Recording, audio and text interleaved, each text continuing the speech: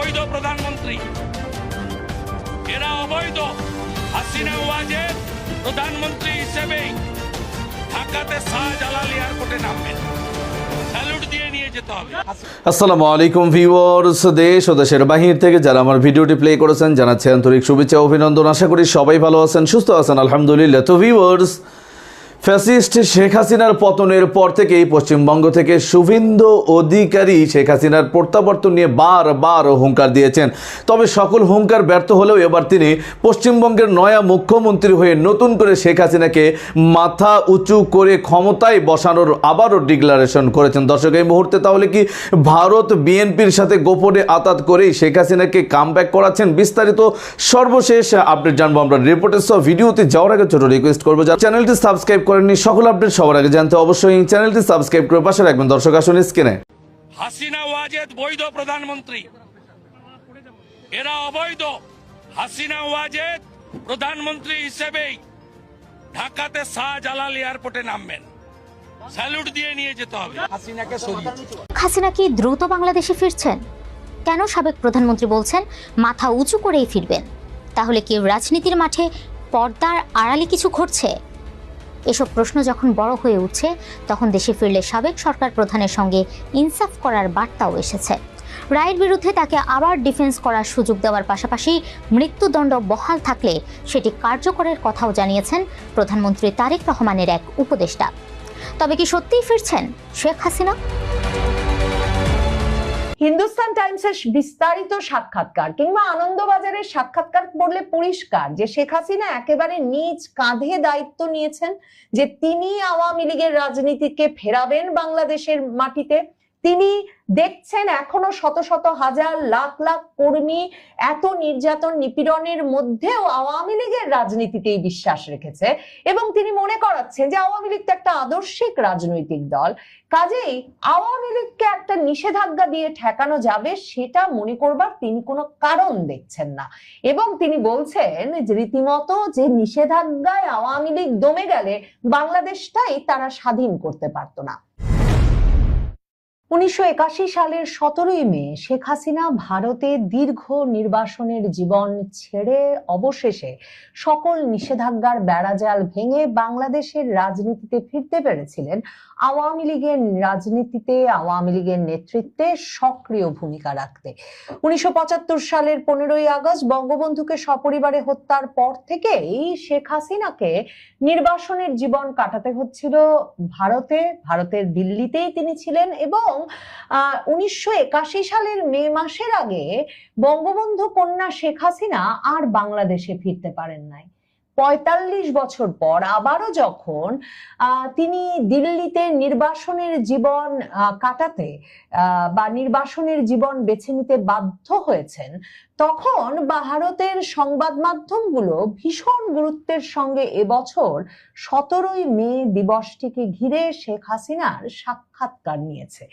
এবং ইংরেজি অনেক শীর্ষস্থানীয় দৈনিকেই যেমন শেখ হাসিনা কবে ফিরবেন, আদৌ আওয়ামী লীগের রাজনীতিকে তিনি নেতৃত্ব দিয়ে বাংলাদেশে ফিরতে পারবেন এমন প্রত্যাশা করেন কিনা, 17ই মে আবারও বাংলাদেশের রাজনীতিতে ঘটতে যাচ্ছে কিনা, এসব প্রশ্ন সামনে রেখে ইংরেজি দৈনিকগুলো যেমন খবর করেছে শেখ হাসিনার ইমেইল সাক্ষাৎকারের ভিত্তিতে, তেমনি পশ্চিমবঙ্গের শীর্ষস্থানীয় পত্রিকা আনন্দবাজার তারাও শেখ হাসিনার সাক্ষাৎকার ছেপেছে প্রথম পাতায়। এবং সেই সাক্ষাৎকারে শেখ হাসিনার যেই বক্তব্যটি আনন্দবাজার শিরোনাম করেছে সেটা হচ্ছে মাথা উঁচু করে দ্রুত ফিরবো।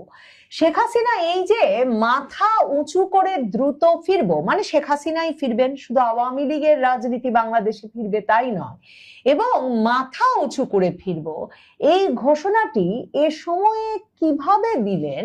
কারণ ভারতের শীর্ষস্থানীয় দৈনিক হিন্দুস্তান টাইমসকে যে ইংরেজি সাক্ষাৎকারটা দিয়েছেন তিনি, সেখানেও খুব পরিষ্কারভাবে তিনি বলেছেন যে খুব শিগগিরই তিনি বাংলাদেশের রাজনীতিতে ফিরতে যাচ্ছেন, বাংলাদেশে ফিরতে যাচ্ছেন। এবং সাক্ষাৎকারগুলোতে শেখ হাসিনাকে যখন জিজ্ঞেস করা হয়েছে যে মানে তিনি কবে ফিরবেন, কিভাবে ফিরবেন, তিনি সরাসরি বলেছেন যে একটা গণতান্ত্রিক পরিবেশ যখন বাংলাদেশের রাজনীতিতে আসবে, যেটার জন্য তিনি নিজেও প্রতিদিন কাজ করছেন, হিন্দুস্তান টাইমস যেটা শিরোনাম করেছে সেটা বলছে যে অ্যাবসেন্স ডাজন্ট মিন সাইলেন্স, মানে আমি দেশে অনুপস্থিত তার মানে আমি চুপ করে বসে নাই। Will return to Bangladesh very soon, খুব শিগগিরই আমি বাংলাদেশে ফিরবো। এই যে তিনি সুস্পষ্টভাবে বলেছেন যে নিয়মিতভাবে তিনি কূটনৈতিক যোগাযোগ রক্ষা করছেন জাতিসংঘ সহ বিভিন্ন সংস্থার সঙ্গে।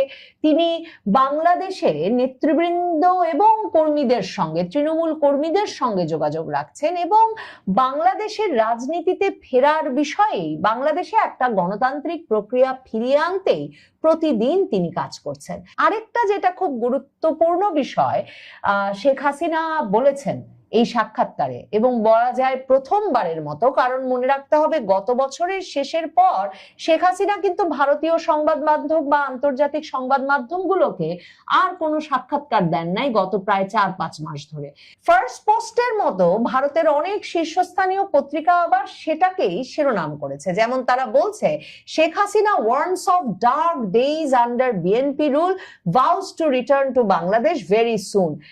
মানে একরকমের ভারতকে তিনি সম্ভবত সাবধান করতে চাইছেন, তারেক রহমান সরকারের সঙ্গে সম্পর্কটা তো ভালো হবেই না ভারতের, বরং 2001 থেকে 2006 সালে বাংলাদেশে শেখ হাসিনার ভাষায় যে উগ্রবাদ ও জঙ্গিবাদের উত্থানের কারণ। দর্শক, স্ক্রিনে আমরা সে সম্পর্কে বিস্তারিত জানলাম। এই বিষয়ে আপনাদের মতামত কমেন্টে জানাবেন। কেউ ভিডিওটি স্কিপ করবেন না। শেখ হাসিনা কি আসলেই বাংলাদেশে প্রত্যার্পণ করছেন?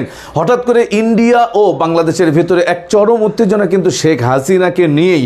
কথায় আছে, যা কিছু ঘটলে কিছু রটে। তাহলে কি অল্প সময়ের মধ্যে বাংলার মাটিতে পা রাখবেন শেখ হাসিনা? বিস্তারিত জানবো রিপোর্টে। শেখ হাসিনা মাথা উঁচু করে দেশে ফিরবেন। তিনি আদৌ কি ফিরবেন, বা ফিরলে আমরা কি করব, সেগুলো নিয়ে কয়েকটা কথা বলা দরকার।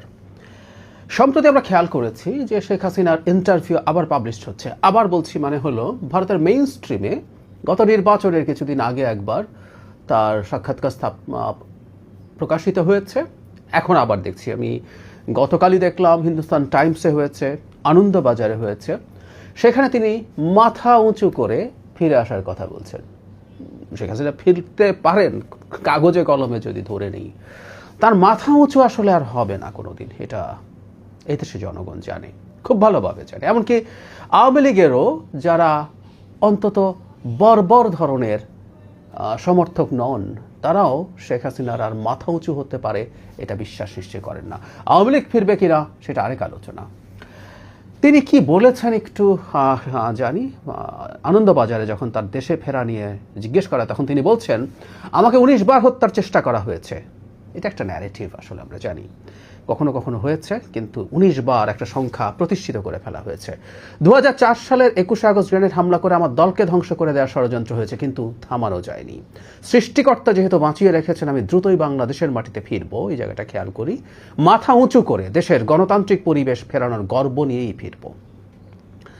তারপর বলছে যে আওয়ামী লীগের উপর নিষেধাজ্ঞা আছে, তাহলে তিনি কিভাবে ফিরবেন? তিনি বলছেন, বঙ্গবন্ধুকে সপরিবার হত্যা করার পরেও তৎকালীন শাসক গোষ্ঠী আওয়ামী লীগকে ধ্বংস করার চেষ্টা করে, কিন্তু উল্টো আওয়ামী লীগ শক্তিশালী হয়েই ফিরে এসেছে। যারা এই নিষেধাজ্ঞাকে স্থায়ী মনে করছেন, তাদের ইতিহাসের পাতায় চোখ রাখতে বলবো। আমাদের কোটি কোটি সমর্থক এবং লাখো নেতাকর্মী দেশেই আছেন। এখনও আমার ছাত্রলীগের ছেলেরাই অসহায় কৃষকের পাশে আছে।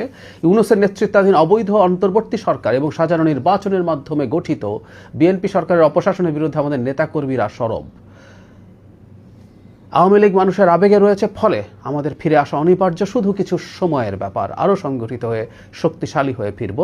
নীরবে তার প্রস্তুতি চলছে, আওয়ামী লীগের প্রস্তুতি নীরবে চলছে। তারা ফিরে দর্শক, স্ক্রিনে আমরা সে সম্পর্কে বিস্তারিত জানলাম। সো ভিডিও পর্যন্ত ভালো লাগলে লাইক এন্ড কমেন্ট করবেন। দেশের সকল আপডেট সবার আগে জানতে অবশ্যই চ্যানেলটি সাবস্ক্রাইব করে পাশে রাখবেন। দেখা হবে পরবর্তী ভিডিওতে ইনশাআল্লাহ। আসসালামু আলাইকুম ওয়া রাহমাতুল্লাহ।